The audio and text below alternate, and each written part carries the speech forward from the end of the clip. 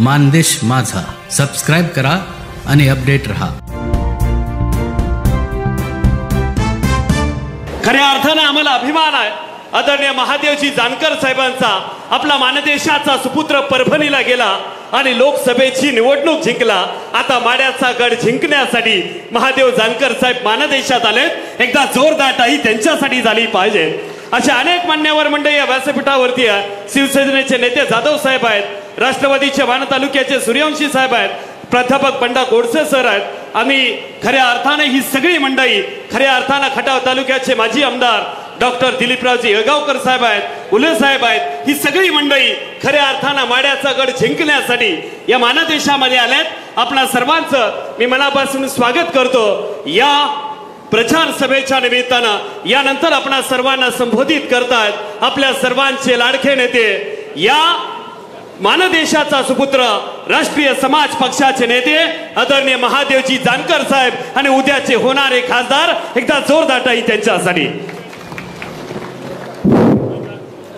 छत्रपती शिवाजी राजे, महात्मा ज्योतिबा फुले, विश्वरत्न डॉक्टर बाबासाहेब आंबेडकर यांना वंदन करून आज माढा मतदारसंघातील माझ्या मतदार बंधू आणि भगिनींनो, फुले पीठावर विराजमान असलेले या तालुक्याचे आमदार आदरणीय माझे मित्र जयकुमारजी गोरे, माजी आमदार येळगावकर साहेब, बंडाजी गोडसे, राष्ट्रवादीचे नेते सूर्यवंशी, शिवसेनेचे जिल्हा प्रमुख, राष्ट्रवादीचे, शिवसेनेचे, भाजपचे सर्व नेतागण आणि आमच्या पक्षाचे अध्यक्ष काशीनाथ शेवते आणि जमलेल्या माझ्या बंधू आणि भगिनी, आदरणीय या देशाचं नेतृत्व गडकरी साहेब येत आहेत।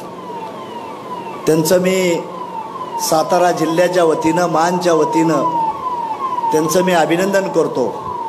आणि गडकरी साहेबासारख्या युगपुरुषाचं, एका विकास पुरुषाचं आमच्या तालुक्याला पदस्पर्श होतंय, त्यांचं मी अभिनंदन करतो, आभार मानतो।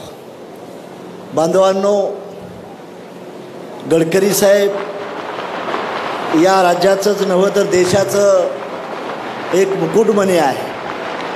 गडकरी साहेबाच्या नावानं आज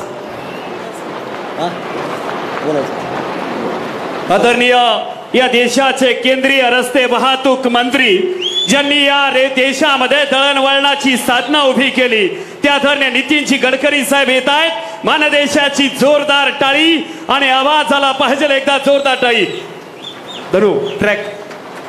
आदरणीय नितीनजी गडकरी साहेबांचं शुभागमन होत आहे। जोरदार टाळ्याने आपण स्वागत करूया।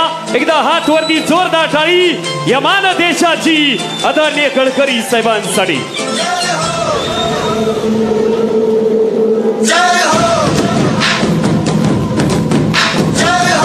आदरणीय नितीनजी गडकरी साहेब, आपण या सभेच्या निमित्ताने या ठिकाणी उपस्थित आहात, आपलं मी मनपूर्वक स्वागत करतो।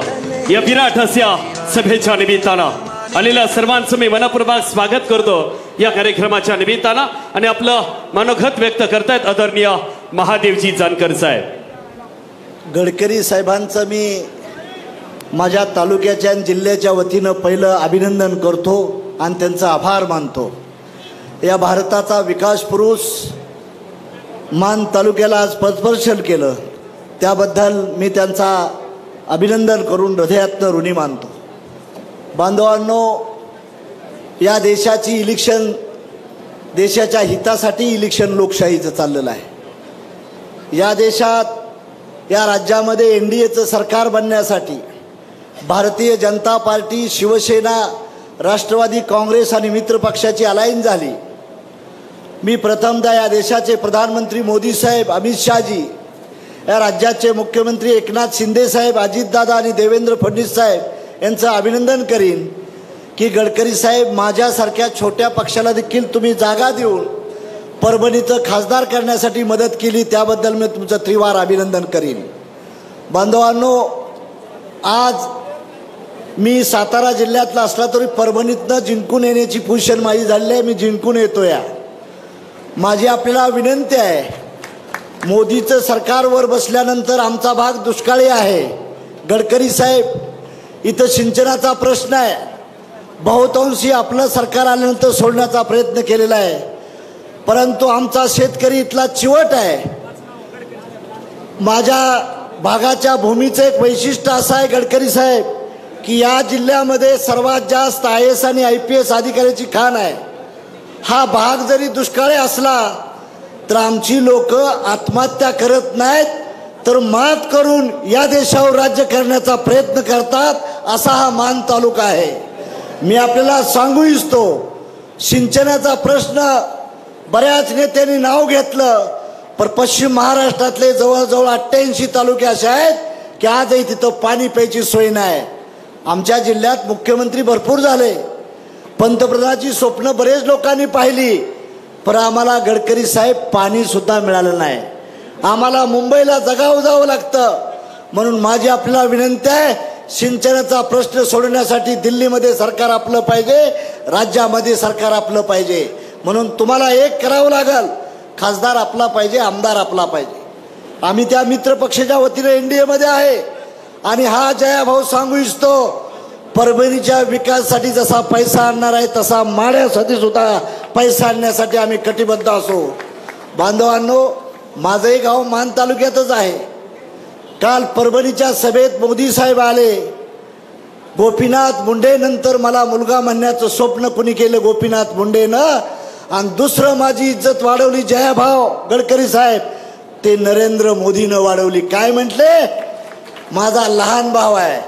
ज्यावेळेस मोठा भाव मोडील काय देत नसाल तेव्हा लहान भावाकडे हिसकावून पैसे आणायची जिम्मेदारी करू आणि आपल्या भागाचा सिंचनाचा प्रश्न, MIDCचा प्रश्न सोडवण्यासाठी कटिबद्ध राहो. म्हणून माझी तुम्हाला शपथ आहे, माझी तुम्हाला विनंती आहे, इथून तुम्हाला कमळाचा माणूस विजय करावा लागेल, NDAचा माणूस खासदार करावा लागेल. ह्या दृष्टीने आपल्याला प्रयत्न करावा लागेल. बांधवांनो, मला अपेक्षा आहे तुम्ही मंडळी साथ देचाल.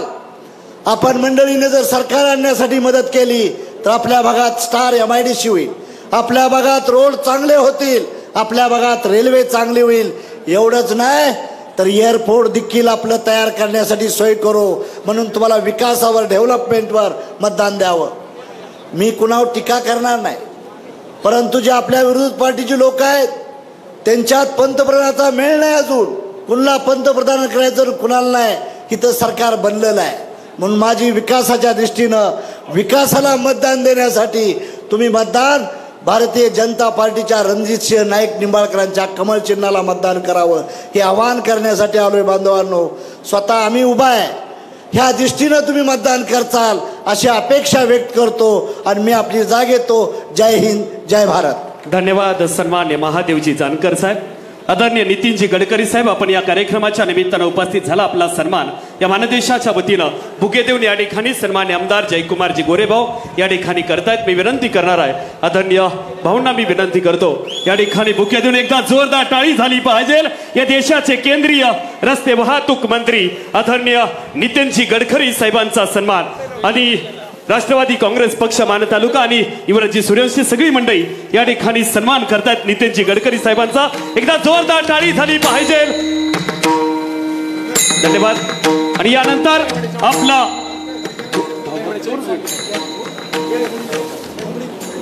यानंतर आपलं मनोगत व्यक्त करतायत आदरणीय दहिवडी मान तालुक्याच्या वतीनं, दहिवडी नगरपंचायतीच्या वतीनं सद्गुरू परमपूज्य गोंदावलेकर महाराजांची मूर्ती देऊन या ठिकाणी सन्मान होतोय आदरणीय नितीनजी गडकरी साहेबांचा. ही गोंदावलेकर महाराजांची भूमी आणि याच गोंदावलेकर महाराजांची मूर्ती देऊन गडकरी साहेबांचा सन्मान या ठिकाणी होतोय.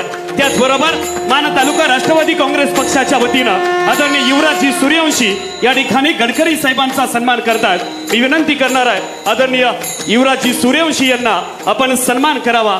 मान तालुका राष्ट्रवादी काँग्रेस पक्ष आणि खटाव तालुका सन्मान्य प्राध्यापक बंडा गोडसे सर या ठिकाणी सन्मान करतायत नितीनजी गडकरी साहेबांचा. एकदा जोरदार टाळी झाली पाहिजे त्यांच्यासाठी. आणि यानंतर आपलं मनोगत व्यक्त करतायत आपल्या सर्वांचा भूमिपुत्र, आपल्या सर्वांचे लाडके लोकप्रिय आमदार सन्मान्य जयकुमार गोरेभाऊ बोलतायत. एकदा हात वरती, जोरदार टाळी आपल्या लाडक्या जयाभाऊंसाठी.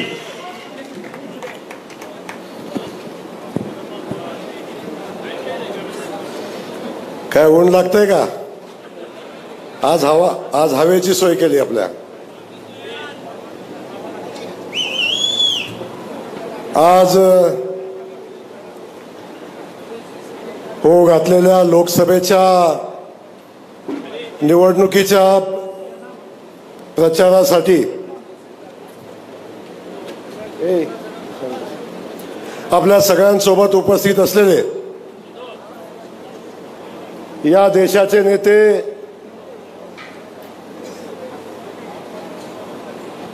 आणि ज्यांच्याकडे अख्खा देश नव्हे अख्खं जग एक विकास पुरुष म्हणून पाहतं, आणि आज आपल्या सगळ्यांना अभिमान आहे, आज अख्ख्या भारतातलं रस्त्याचं जाळं आंतरराष्ट्रीय दर्जाचं किंबहुना त्याहूनही उत्तम करण्याचं काम ज्या नेत्यानं केलं, प्रचंड इच्छाशक्ती,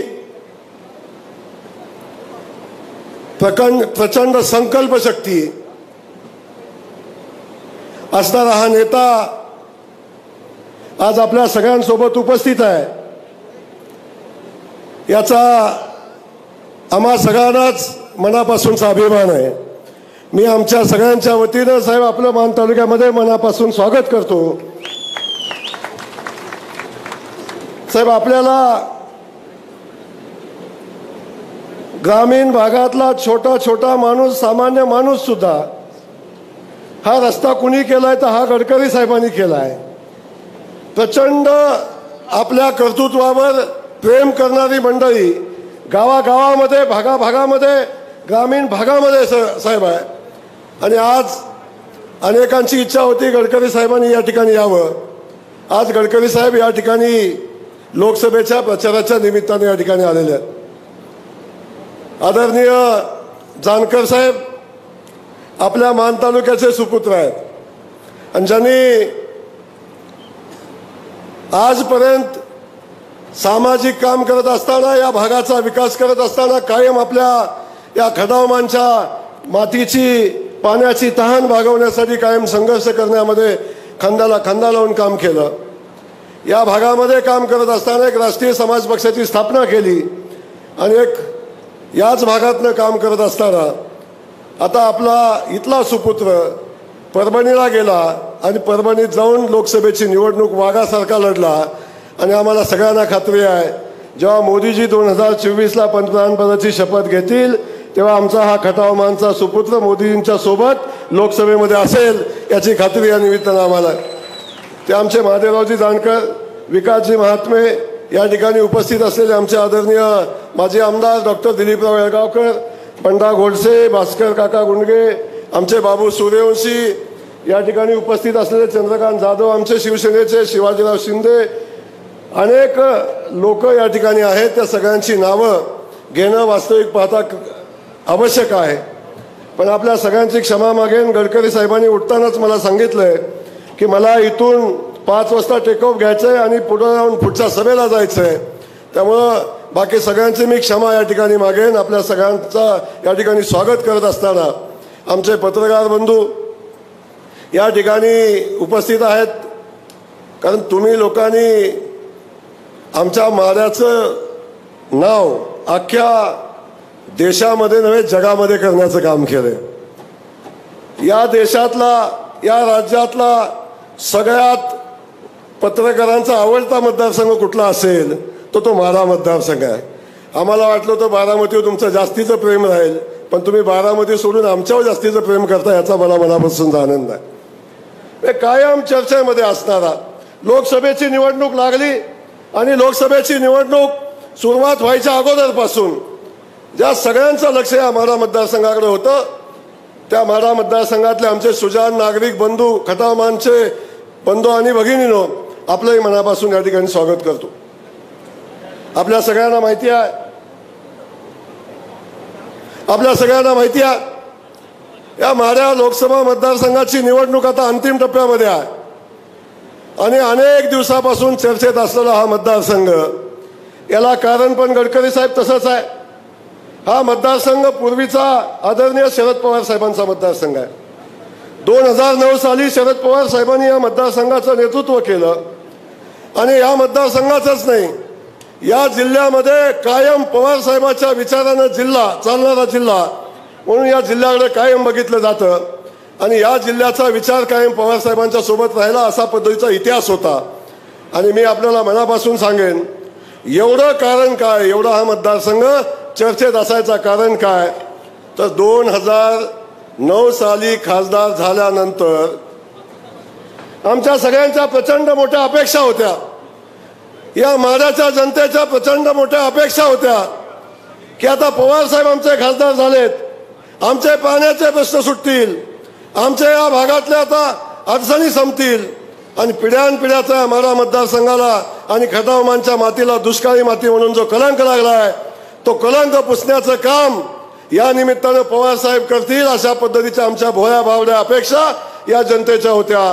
आणि त्या अपेक्षेतनं जनतेनं पवार साहेबांच्या पाठीशी उभे राहण्याचा निर्णय घेतला आणि माढ्याचा खासदार म्हणून पवार साहेब 2009 साली गेले आणि 2009 साली पवार साहेब खासदार झाले. आम्हाला वाटलं आमची बारामती होईल, आम्हाला वाटलं आमच्या भागात पाणी येईल. पवार साहेबांनी जेव्हा पहिल्यांदा निवडणूक लढवली सभेमध्ये मावळत्या सूर्याचा साक्षी म्हणून शपथ घेतली की या माढ्याचा विकास करू आणि माढ्यामध्ये आम्ही पाणी आणू. पण दुर्दैवानं सांगावं असं वाटतं, जसे पवार साहेब खासदार झाले तसे पवार साहेब या मतदारसंघाला विसरून गेले, या मतदारसंघातल्या पाणी प्रश्नाला विसरून गेले, या मतदारसंघातल्या सगळ्या प्रश्नाला विसरून गेले आणि आमची बारामती व्हायचा तर विशेष लावून आमचं 12 वाजवण्याचं काम पवार साहेबांच्या 5 वर्षाच्या कालखंडामध्ये या मतदारसंघामध्ये झालं. आणि त्यानंतर जेव्हा 2009ची निवडणूक झाली आणि 2014ची वेळ आली, त्या 14च्या निवडणुकीमध्ये साहेब पुन्हा पवार साहेबांनी या मतदारसंघातनं निवडणूक लढवण्याचा निर्णय घेतला आणि या मतदारसंघामध्ये निवडणूक लढवायचा विचार करत असताना या मतदारसंघातनं पवार साहेब उमेदवार म्हणून फिरायला लागले आणि फिरायला लागल्यानंतरची परिस्थिती साहेब अशी झाली की मतदारसंघामध्ये जसे पवार साहेब फिरायला लागले तसे या मतदारसंघाचं वातावरण बदलायला लागलं आणि पवार साहेबांच्या विरोधात या मतदारसंघातनं एक लाट निर्माण झाली. माढा आणि पवार साहेबांना अशा पद्धतीची एक लाट तयार झाली साहेब आणि या लाटेतनं जाहीर केलेली उमेदवारी पवार साहेबांना मागं घ्यायला लागली. या मतदारसंघाची वस्तुस्थिती आहे आणि जी उमेदवारी इथून मागं घ्यायला लागली त्या मतदारसंघाचा खासदार म्हणून रणजितसिंह नाईक निंबाळकर या विभागातनं निवडून गेले आणि तेव्हापासून पवार साहेबांना लागलेलं शल्य आहे, पवार साहेबांना त्यापासून झालेल्या वेदना आहेत आणि त्या वेदना याचंच मुख्य कारण आहे की हा मतदारसंघ एवढा चर्चेमध्ये आहे.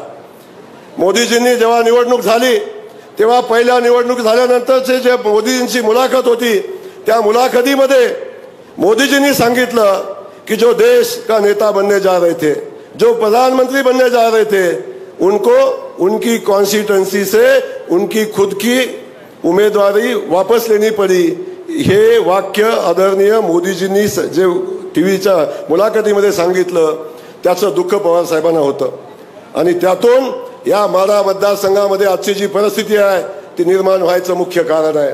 आणि मी या निमित्ताने एवढंच सांगेन, राष्ट्रवादीच्या आदरणीय पवार साहेबांच्या सगळ्याच लोकांना मी सांगेन, जर पवार साहेबांनी या भागाला पाणी दिलं असतं, ज्या जिल्ह्यानं ज्या लोकांनी पवार साहेबांच्यावर एवढं प्रेम केलं, कदाचित पुणे जिल्ह्यानं जेवढं प्रेम केलं नाही तेवढं प्रेम या सातारा जिल्ह्याने पवार साहेबांच्यावर केलं. एक वेळ अशी होती, या जिल्ह्यात जेव्हा राष्ट्रवादीची नवीन स्थापना झाली तेव्हा या जिल्ह्यातले 11च्या 11 आमदार पवार साहेबांच्या विचाराचं निवडून देण्याचं काम या जिल्ह्यातल्या जनतेनं केलं होतं. पण हे सगळं होत असताना पवार साहेबांनी किंबहुना या राज्यकर्त्यांनी आमच्या या तालुक्याला, या भागाला, या जिल्ह्याला काय दिलं? मी कायम या जिल्ह्याला माझा प्रश्न आहे, कायम या भागातल्या जनतेला माझा प्रश्न आहे, पवार साहेबांना आपण एवढं प्रेम दिलं, राष्ट्रवादी पवार साहेबांच्या नेतृत्वाखाली असताना त्या जनतेवर, त्या नेत्यांचं आपण एवढं प्रेम केलं, याच्या मोबदल्यात आपल्याला मिळालं काय? याच्या मोबदल्यात आपल्याला मिळालं काय? या प्रश्नाचं उत्तर आजपर्यंत कोणी देऊ शकणार नाही. याच ठिकाणी याच जागेवर पवार साहेबांची सभा 4 दिवसापूर्वी साहेब झाली आणि जेव्हा पवार साहेबांची 4 दिवसापूर्वी सभा झाली तेव्हा या स्टेजवरनं या जिल्ह्यासाठी काय करणार, या माढ्यासाठी काय करणार, किंबहुना मी माढ्यासाठी काय केलंय, मी खटावमानसाठी काय केलंय हे सांगण्याची हिंमत नाही झाली, दानत कुणाची नाही झाली. या ठिकाणी यायचं मोदीजींच्यावर टीका करायची, या ठिकाणी यायचं विद्यमान आमदारावर टीका करायची. ठीक आहे, मी आमदार या भागाचा आहे, 15 वर्षापासून या जनतेनं माझ्यावर प्रेम केलंय. आणि एका सामान्य कुटुंबातला, ज्याच्या कुटुंबाला पार्श्वभूमी नाही, ज्याच्या कुटुंबातला कोण आमदार खासदार नाही, एका सामान्य शेतकऱ्याच्या पोराला पवार साहेबाच्या मतदारसंघातनं साहेब 3 वेळा लोकांनी आमदार केलंय. आणि त्या जनतेच्या आशीर्वादाने मी काम करतोय. आणि जो शब्द दिला होता, जो शब्द लोकांना मी दिला होता, त्या शब्दाची पूर्ती प्राणपणाने करतोय. आपल्या सगळ्यांना माहिती आहे, गडकरी साहेब, या मतदारसंघामध्ये प्रचंड दुष्काळ असणारा हा मतदारसंघ. आणि या मतदारसंघामध्ये आमच्या तुळशी बारशीचं लग्न असतंय. तुळशी बारशीच्या लग्नाला जरी आम्हाला ऊस लागतो, त्या पूजेला ऊस लागतो साहेब, त्या तुळशी बारशीच्या लग्नाला सुद्धा या तालुक्यात कधी ऊस मिळत नव्हता. जानेवारी महिना आला की जानेवारी महिन्यामध्ये या भागामध्ये पिण्याच्या पाण्यासाठी टँकरच्या पाण्याशिवाय पाणी पिण्याची व्यवस्था नव्हती. आणि अशा मतदारसंघामध्ये ज्या गावाला 80% गावांना कनेक्टिव्हिटीच नव्हती, या मतदारसंघातनं साहेब मी उभा राहिलो आणि लोकांची सेवा केली. ज्या भागात ऊसाचं कांड नव्हतं, तुळशी बारशीच्या लग्नाला ऊस नव्हता, गडकरी साहेब त्या मतदारसंघात 4 साखर कारखाने आज आहेत आणि 5व्या साखर कारखान्याचं काम चालू आहे. एवढ्या प्रचंड मोठ्या दुष्काळात सुद्धा जवळजवळ 92 दिवस उरमोडीचं पाणी वाहत होतं साहेब. आणि या भागातनं लोकांची विकास, शेतीच्या बाबतीत लोक आता प्रचंड मोठ्या प्रमाणात विकास करताना आपण बघतोय. आणि या बाजूला उरमोडीचं पाणी येतंय, दुसऱ्या बाजूला जे कटापूरचं पाणी पोचलंय, त्याचे पूजन आंध्री धरणामध्ये झालं. ते येणाऱ्या 1.5 महिन्यामध्ये जवळजवळ 32 गावांना ते पाणी जातंय. त्याच वेळी आपण बघितलं असेल, टेंबूची योजना मंजूर झाली, 750 कोटीचं टेंडर झालं. आणि आता फक्त भूमिपूजन करायचं बाकी आहे. येणाऱ्या 1.5 महिन्यामध्ये जेव्हा आपण जीए कटापूरचं पाणी या 32 गावांच्या शेतीला देतोय, त्याच दिवशी 48 गावांचं पाण्याच्या योजनेचं भूमिपूजन आपण करणार आहे. 750 कोटी रुपयाची योजना मंजूर झाली आणि त्याचं आता टेंडर कंप्लीट झालंय. आणि मला सांगायला अभिमान वाटतो, जेव्हापासून या भागाचा आमदार म्हणून काम करतोय तेव्हापासून आता येणाऱ्या 1.5-2 वर्षाच्या कालखंडामध्ये माझा मतदारसंघ आता किमान 95% भाग हा शेती पाण्याखाली येईल आणि या भागातला शेतकरी ऊस लावेल अशा पद्धतीची परिस्थिती या ठिकाणी. म्हणून मला आपल्याला एवढंच या निमित्तानं सांगायचं आहे. बाकी इथं आले, सगळे चर्चा केली, माझ्या विकास कामाबद्दल एवढ्यासाठी बोललो कारण या ठिकाणी आल्यानंतर या लोकांनी माढ्याच्या लोकसभेच्या निवडणुकीच्या संदर्भात चर्चा करत असताना या जिल्ह्यावर बोलायला पाहिजे होतं, या पाणी प्रश्नावर बोलायला पाहिजे होतं, इथल्या प्रश्नासंदर्भात बोलायला पाहिजे होतं. पण ते कुठलीही चर्चा न करता व्यक्तिगत पातळीवरची टीका करायची, व्यक्तिगत पातळीवरची टीका करायची. इथं आलं की सांगायचं आता मोदीजींचं सरकार आलं की या देशाची घटना बदलेल, या देशाची घटना बदलेल, पण अशा पद्धतीची भीती निर्माण करायची, मोदीजींच्यावर टीका करायची. आणि या भागातल्या प्रत्येक प्रश्नासंदर्भातली भूमिका न मांडता फक्त लोकांच्या मध्ये आग लावायचं काम करायचं, काडी टाकायची आणि लोकांची मतं घेण्याचं काम या भागातली मंडळी करतात. मला आपल्याला मनापासूनची विनंती करायची आहे, ही निवडणूक देशाची आहे, ही निवडणूक उद्या देशाचं नेतृत्व कोण करणार आहे त्याची निवडणूक आहे. म्हणून मला आपल्याला विनंती आहे, हा देश कुणाच्या हाती सुरक्षित आहे, या देशाचं नेतृत्व काम करत असताना सामान्य माणसासाठी काम करतंय का नाही, आपल्यासाठी काम करतंय का नाही, हे आपल्या दृष्टीने महत्वाचं आहे. म्हणून तुम्हाला सांगायचं, या भागातल्या प्रत्येक पाणी योजनेसाठी मोदीजींनी पैसे दिले, या भागातल्या प्रत्येक सिंचनाच्या योजनेसाठी मोदीजींनी पैसे दिले. आणि या भागातलं जे रस्त्याचं जाळं उभं राहिलंय, या भागातलं जे रस्त्याचं जाळं उभं राहिलंय ते सगळं रस्त्याचं जाळं आदरणीय गडकरी साहेबांच्यामुळे उभं राहिलंय, याचा आम्हाला मनापासूनचा अभिमान आहे. आणि गडकरी साहेब फक्त या पाण्याच्या रस्त्याच्या संदर्भात नाही, आपलं आणि या मतदारसंघाचं खूप जुनं नातं आहे. जेव्हा आपलं सरकार होतं युतीचं मनोहर जोशींच्या नेतृत्वाखाली, त्यावेळी या ज्या योजना मंजूर झालेल्या आहेत, या भागातल्या सगळ्या योजना पवार साहेबांनी मंजूर केलेल्या नाहीत. या भागातल्या योजनेसंदर्भात पवार साहेबांनी कधी भूमिका घेतली नाही. त्यावेळच्या युती सरकारनं भूमिका घेतली आणि या भागातल्या जीए कटापूर असेल, उरमोडी असेल, आता या टेंबू असतील, या सगळ्या योजनांना मान्यता देण्याचं काम त्यावेळच्या युती सरकारनं केलं. आणि त्या सरकारचा घटक म्हणून आदरणीय गडकरी साहेब त्या सरकारमध्ये काम करत होते, याचा आपल्याला मनापासूनचा आनंद आहे. म्हणून मी तुम्हाला एवढंच सांगेन, या मतदारसंघाचं नेतृत्व करण्यासाठी आदरणीय रणजित दादा लोकसभेचे उमेदवार आहेत. आणि रणजित दादा आपले उमेदवार झाल्यापासून इथल्या गडबडी आपण बघताय. रोज एक नवीन ट्विस्ट माझ्यात आल्याशिवाय टीव्ही चालतच नाही. माहिती नाही आज काय घडणार आहे, उद्या काय घडणार आहे, आज इकडं कोण जाणार आहे, उद्या तिकडं कोण जाणार आहे, याच्याबद्दल अजिबात कल्पना नाही. पण मी मनापासून सांगतो, जेव्हा काहीच नव्हतं तेव्हा मोदीजींच्या आशीर्वादानं आदरणीय फडणवीस साहेबांच्या नेतृत्वाखाली याच मतदारसंघातनं रणजित दादांना माड्याचं खासदार म्हणून निवडून देण्याचं काम आपण सगळ्यांनी केलं. आणि मी तेवढ्याच जबाबदारीने सांगतोय, आताही अजिबात चिंता करू नका. सगळ्यांना माळशिरसची चिंता आहे, सगळ्यांना माळशिरसची चिंता आहे. आणि सगळे विसरून गेलेत, हा मतदारसंघ हा 6 विधानसभा मतदारसंघाचा असतो. कोण फलटणची चर्चा करत नाही, कोण खटावमानबद्दल बोलत नाही, कोण सांगोल्याबद्दल बोलत नाही, कोण करमाळा माड्याचं बोलत नाही. इथं बोलायचं फक्त माळशिरसमध्ये असं झालंय आता कसं होणार, माळशिरसमध्ये आता झालंय आता कसं होणार. पण माळशिरसचं मी सांगतो, जबाबदारीने आपल्याला सांगतोय, जयकुमार गोरे माळशिरसमध्ये जबाबदारीने काम करतोय. आणि आजपर्यंत जयकुमार गोरेनं दिलेला शब्द किंवा दिलेलं सांगितलेलं गणित आजपर्यंत इतिहासात कधीही चुकलं नाही, याचे साक्षीदार आपण आहात. पत्रकार बंधूंनी पण नोंद घ्या. जेवढं माळशिरसचं लीड असेल, जेवढं माळशिरसचं लीड असेल तेवढं उतरायला दुसऱ्या कुठल्याही मतदारसंघात जाऊन देणार नाही. या मानखटावमधनं त्या माळशिरसचं लीड वजा करून दाखवेल, या पद्धतीचा शब्द या निमित्तानं देतोय. कोण काय म्हणताय सोडून द्या, कुणी कुठला आकडे मांडले मला माहिती नाही.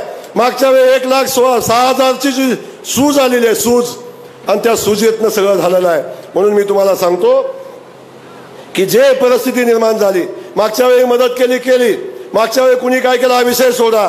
पण या प्रस्तावित मंडळींना मला सांगायचं आहे, जेव्हा जेव्हा अडचणीत आला तेव्हा फडणवीस साहेबांच्या दारात गेला, जेव्हा जेव्हा अडचणीत आला तेव्हा मोदीजींच्या दारात गेला, जेव्हा जेव्हा संकट आलं तेव्हा भारतीय जनता पक्षाचा वापर केला.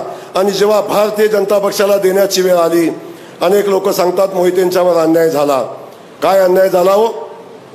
ज्यावेळी मोहिते भाजपमध्ये आले होते, ज्यावेळी मोहिते पाटील भाजपमध्ये आले होते, त्यांचे दोन्ही कारखाने बंद होते, त्यांची पतसंस्था मोडीत निघालेली होती, त्यांचा दूध संघ मोडीत निघालेला होता, राजकीय अस्तित्वाबद्दल चिंता निर्माण झाली होती.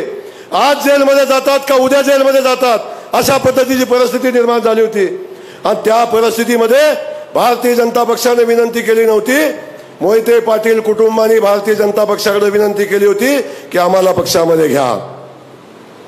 आणि त्या मोहिते पाटीलच्या कुटुंबियांना भारतीय जनता पक्षानं पक्षात घेतलं. त्यांच्या दोन्ही साखर कारखान्याला मदत केली, दोन्ही साखर कारखाने चालू केले. 130 कोटी एका कारखान्याला मदत केली, 170 कोटी एका कारखान्याला मदत केली. आणि दोन्ही बंद पडलेले कारखाने भारतीय जनता पक्षाच्या मदतीने चालू झाले. त्याच वेळी आपण बघतोय किमान एका कुटुंबावर जिल्हा बँकेचं 1300 कोटी रुपयाचं कर्ज आहे, 700 कोटी रुपयाची सुमित्रा बुडवून टाकली. या सगळ्यातून प्रोटेक्शन घेण्यासाठी भारतीय जनता पक्षाचा वापर त्या कुटुंबाने केला. आणि जेव्हा खासदारकीची निवडणूक आली त्यांनी मदत केली, आम्ही म्हणतो मदत केली, पण मदत करत असताना भारतीय जनता पक्षाने काही कमी केलं नाही. आणि जेव्हा कुटुंबाचा विषय आला तेव्हा याच कुटुंबाला बाकी सगळं देत असताना, कारखान्याला पैसे देत असताना, याच कुटुंबाला विधान परिषदेचं आमदारकी देण्याचं काम भारतीय जनता पक्षाने केलं होतं. याच्याबद्दलही कुठंतरी चर्चा झाली पाहिजे आणि हेही तुमच्या लक्षात आलं पाहिजे. त्यामुळं या सगळ्या परिस्थितीचा आपण विचार केला तर तुम्हाला हेच सांगतो की आपण माळशिरसची चिंता बिलकुल करू नका. काल आमचा मित्र आला, आमच्याकडे परवा विमान मागितलं होतं, विमान मागून आम्हाला घेऊन नागपूरला गेले. आम्ही त्याला चलाच म्हणलं नव्हतं, आम्हाला फोन आला, म्हणला मला नागपूरला जायचंय, फडणवीस साहेबांना भेटायचंय, भारतीय जनता पक्षाला रणजितदादाला पाठिंबा द्यायचंय. आणि आम्हाला स्वतःहून बोलवलं, स्वतःहून विमान घेतलं. मला म्हणजे खाजगी विमान मला पाहिजे. मला अजिबात अडचण नाही, खाजगी विमान देऊ. विमान गेल्यावर विमानतळावर पोचलो की मीडिया पोचली. म्हणलं मीडियाला निरोप कुणी दिला? तर मीडियाला निरोप त्यांनीच दिला. पेपरमध्ये बातमी आणायची छापून, टीव्हीला बातमी छापून आणायची आणि आपली बार्गेनिंग पॉवर वाढवायची. हे कोणाकडून शिकायचं? तर वेळापूरच्या गड्याकडून शिकायचं. इथं आला आणि इथं आल्यावर म्हणला अरे या आमदाराला पाडणार आहे का नाही तुम्ही? इथं म्हणे मी 4 महिने मुक्काम करणार आहे. मला काय कळनाच. एवढी मोठी अमाऊंट आली, एवढी मोठी अमाऊंट आली, त्याला वाटतंय मी देशाचाच नेता झालोय. देशात सगळ्यांच्यावर टीका, नरेंद्र मोदींच्यावर टीका, अजितदादांच्या टीका, फडणवीस साहेबांच्यावर टीका, जो दिसेल त्याच्यावर टीका करत सुटतोय. आणि मी तर खूप छोटा माणूस आहे. इथं येऊन माझ्या मतदारसंघात मलाही सांगितलं, आता या मतदारसंघाचा आमदार पाडण्यासाठी एक तर मला तिकीट द्या, नाहीतर पवार साहेबांना सांगितलं मला तिकीट द्या, नाहीतर मी 4 महिने मुक्काम करतो आणि इथं राहून आमदाराचा पराभव करतो. निवडणूक लोकसभेची आहे बाबा, तो विसरूनच गेलाय. इथं मोहिते पाटलाला मत द्या म्हणून सांगायचंच विसरून गेलाय. पहिल्या दिवशी पहिल्यांदा स्टेजवर गेले. तुम्हाला सांगतो, त्यांचं स्थान ज्या स्वाभिमानी धनगर समाजाच्या लोकांनी, सगळ्या समाजाच्या लोकांनी ते नेतृत्व उभं केलं आणि कायम मोहितेंच्या विरोधात ताकद दिली. पहिल्या दिवशी मोहितेंनी त्याची जागा दाखवली आणि पायात बसवायचं काम मोहितेंनी केलं होतं. आणि त्याचे साक्षीदार सगळी जनता आहे. त्या विषयावर मला जायचं नाही, पण मी एवढंच या ठिकाणी सांगेन, आपल्या सगळ्यांना मनापासून विनंती करेन, बाकी सगळं सोडून द्या. पण पवार साहेबांच्या बाबतीतली माझी भूमिका क्लिअर आहे की खटाव मानच्या बाबतीत त्यांनी कायम अन्याय केला, जिल्ह्याच्या बाबतीत कायम अन्याय केला आहे. आणि जर तुम्हाला असं वाटत असेल तर मला उठून एकानं सांगा की पवार साहेबांनी आपल्या जिल्ह्यासाठी, आपल्या तालुक्यासाठी हे केलं आहे. त्या पवार साहेबांचा पक्ष या ठिकाणी उभा आहे आणि लोकांच्या मध्ये सिंपती निर्माण करायचं काम केलं जातं. पवार साहेबांचा अन्याय केला म्हणून सांगायचं काम केलं जातं. कुणा अन्याय झाला याच्याशी आम्हाला देणं घेणं नाही. तुम्ही आमच्यासाठी 40-41 वर्षात काय केलं हे आम्हाला देणं घेणं आहे. म्हणून माझी विनंती आहे, अशा सहानुभूतीच्या भूलथापाला बळी पडू नका. रणजित दादा आपल्या घरचा माणूस आहे. गडकरी साहेब इथं आहेत. गडकरी साहेबांच्याकडे कायम, गडकरी साहेबांना न सांगता आम्ही गेलो. कायम साहेब आम्ही विनंती केली आणि मला अभिमान आहे साहेब, रणजित दादांनी मी ज्या ज्या रस्त्याचा प्रस्ताव आपल्याकडे दिला साहेब, ज्या ज्या रस्त्याचा, त्यातला एकही रस्ता गडकरी साहेबांनी नाकारला नाही. 100% रस्ते साहेब आपण दिले. आपण जो ग्रीन हायवेचा प्रोजेक्ट काढलाय पुणा बेंगलोर साहेब, माझ्याच मतदारसंघातनं जातो, तो प्रस्तावित आहे अजून, पण ह्या माझ्या मतदारसंघातनं जातो. सातारा पंढरपूर तुमचाच आहे साहेब. आणि साहेब साताऱ्यातनं निघालं ना की आमच्या पुसेसावळी मार्गे, विट्या मार्गे रस्ता जातो साहेब. रस्त्याची क्वालिटी बघितली ना, तोच रस्ता आपण सगळ्यात फास्ट केलेला रस्ता साहेब. त्या रस्त्याची क्वालिटी बघितली ना, कोणीतरी म्हणलं होतं हेमामालिनीच्या गालाचा विषय, इथं TV वाल्यांसाठी नाही सांगत, पण साहेब तो रस्ता बघितल्यावर त्या वाक्याची आठवण झाली. एवढा सुंदर रस्ता साहेब, एवढा सुंदर रस्ता, म्हणजे एवढे सुंदर रस्ते. आणि सगळ्यात महत्वाचा विषय, सगळ्यांनी हात वर करा एकदा, सगळ्यांनी गडकरी साहेबांसाठी टाळ्या वाजवा एकदा. साहेब आमचा हा वारकरी समुदाय आहे साहेब, आमचा हा वारकरी समुदाय आहे साहेब. विठ्ठलाचा भक्त आमची माणसं आहेत आणि या विठ्ठलाच्या भक्तीनं हा भाग आमचा कायम विठ्ठलाच्या भक्तीत असतो. आपल्या सगळ्यांना अभिमान वाटेल अशी ज्ञानेश्वराची पालखी, संत तुकारामाची पालखी, ती पालखी मार्ग साहेब बारामतीतनं येत होता. पण त्या पालखी मार्गातनं अनेक वेळा लोकांनी विठ्ठलाची पूजा केली, पालखीमध्ये जाऊन पादुकाचं दर्शन घेतलं असेल. पण वारकऱ्यांच्या हाल अपेष्टा कधीही कुणी बघितल्या नाहीत. त्या वारकऱ्यांच्या हाल अपेष्टा बघण्याचं काम जर कुणी केलं असेल, माझ्या वारकरी बांधवांना न्याय देण्याचं काम कुणी केलं असेल तर ते आमच्या गडकरी साहेबांनी केलं.